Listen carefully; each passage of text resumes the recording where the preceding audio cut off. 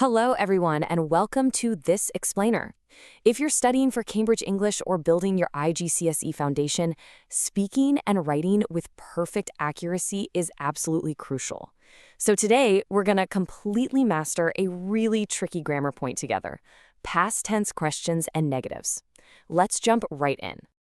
Look at this question on the screen. Why is did you went wrong if both of those words are in the past tense? Honestly, this is such a common trap for English learners. Your brain is essentially telling you, hey, I'm talking about yesterday, so I need to make all my action words sound like yesterday, right? So you use the past word did and the past word went. It seems perfectly logical, but in English grammar, it's actually completely incorrect. Today, I'm going to clear this up for you permanently, so you literally never make this mistake again on an exam. So here's what you need to know. This is our golden rule. You always use did or didn't plus the base verb. Now, the base verb is just the clean original action word. That means no ed at the end and definitely no irregular past forms. Basically, do not put the main verb in the past form after did or didn't. I want you to think of it this way. The word did or didn't is already doing all the heavy lifting for you. It's already telling the listener that this action happened in the past. And because did is doing all that hard work, the main action word just gets to relax in its simple, clean base form. Let's look at an example. On the left side, notice that big red X. Did you went to school?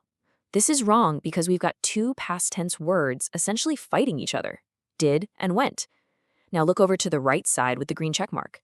Did you go to school? Notice how the incorrect went transforms right back into that beautiful, correct base verb go the moment it's paired with did. The helper word did and the clean base verb go together make a perfect exam-ready sentence. Let's see how this works with a negative sentence. Over on the left with the red X, we have, she didn't played football. Now, do you see that ed on the end of played? That ending is completely wrong because didn't is already shouting to the world that this happened in the past. We really don't need a second signal. On the right with the green check, we have the perfect fix. She didn't play football. We just dropped the ed, which leaves only didn't and our clean base word play. Now pay close attention to this one because it is a massive trap for Cambridge English learners. Look at the red X. Did he saw the answer? Because see is an irregular verb, so many students accidentally use its past form saw when they write a question. But think back to our golden rule. We already have did right at the start. So looking at the right side with the green check, that irregular past tense saw absolutely must revert back to its original base form see. Did he see the answer? That's exactly how you want to write it on your test. Okay, let's look at just one more to completely lock this into your memory. On the left, they didn't finish the homework. That ed ending, completely unnecessary. We have to drop it. Over on the right with the green check, they didn't finish the homework. The didn't tells us it's in the past, and finish stays clean and simple. This perfectly illustrates exactly what's happening under the hood of English grammar. When you look at this common exam mistake, I actually want you to visualize the past tense physically moving. Imagine it moving away from the main verb and landing squarely on the helper verb, the auxiliary.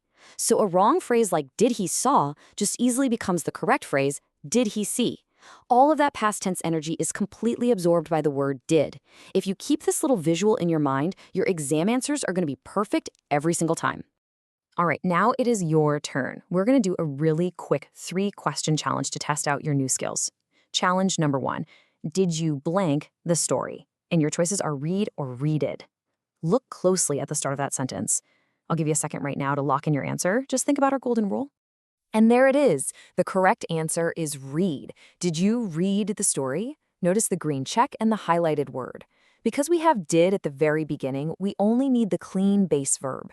And honestly, readed isn't even a real word, but it is such a common trap students fall into when they're trying to force a past tense ending.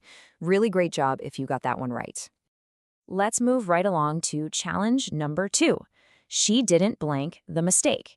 Your choices here are noticed with a D at the end or notice without the D. Take a look at the helper word right before the blank. I'll pause for just a moment. What's the clean, correct choice? Spot on. The correct answer is notice. She didn't notice the mistake. The word didn't is already handling all of the past tense work for us. So we absolutely do not need that D ending on notice. We just keep the base form. You are literally becoming so much more exam smart just by following this one simple structure. Okay, here is your third and final challenge.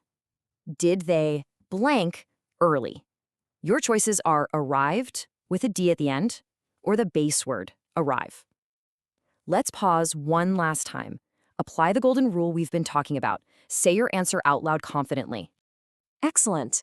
The correct answer is arrive.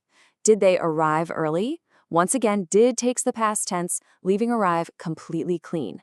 If you got all three of those right, you are successfully applying the golden rule, and you are well on your way to completely mastering Cambridge English grammar. Remember the rule? Let's actually read through these three perfectly structured model sentences slowly together. These are going to serve as a final anchor for your memory.